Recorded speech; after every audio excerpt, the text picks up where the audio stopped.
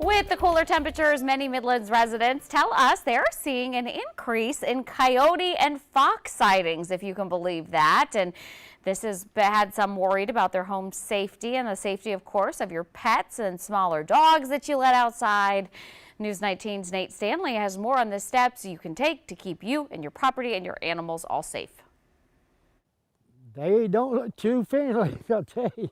John Stalzer has been living in Blythewood for decades. He recalls coming face to face with a group of coyotes outside of his house. He says a few years ago he had a shed of over 10 cats that were killed by coyotes.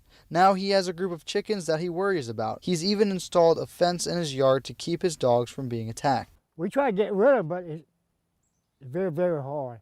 Down the road, Robert Rabin says his daughter recently captured this video of what appears to be a coyote running through his backyard. Right here, when the train goes by and they're blowing the whistle, you can hear the coyotes kind of yelp in the cut over there, and then you may not hear them again for a week or two. Videos like his aren't uncommon in the Midlands, with residents sharing these recent videos with News 19. Tim Coulter says he scrolls through neighborhood group chats and watched the videos of the wildlife in his area. Just a couple weeks ago, he ran across a fox that had been chasing a cat in front of his house. Now he won't let his dogs roam outside without keeping an eye on them. You get worrisome, you know, because you love and care for your dog and don't want anything to happen to them. So tend to be a little more, I guess, overprotective just to make sure that, you know, I'm not putting them in a situation with animals that can hurt them.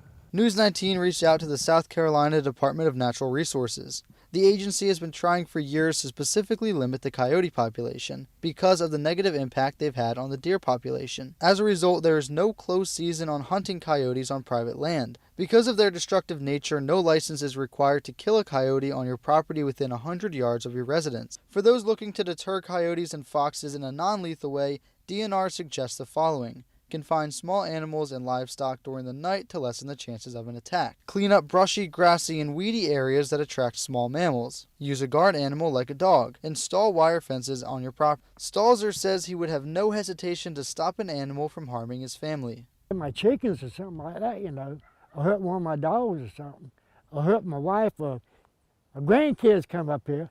Different story, yes, I shoot them. In Columbia, Nate Stanley, News 19, WLTX. Well, there you go. I learned something. You don't need a license to kill a coyote on your property, so keep that in mind.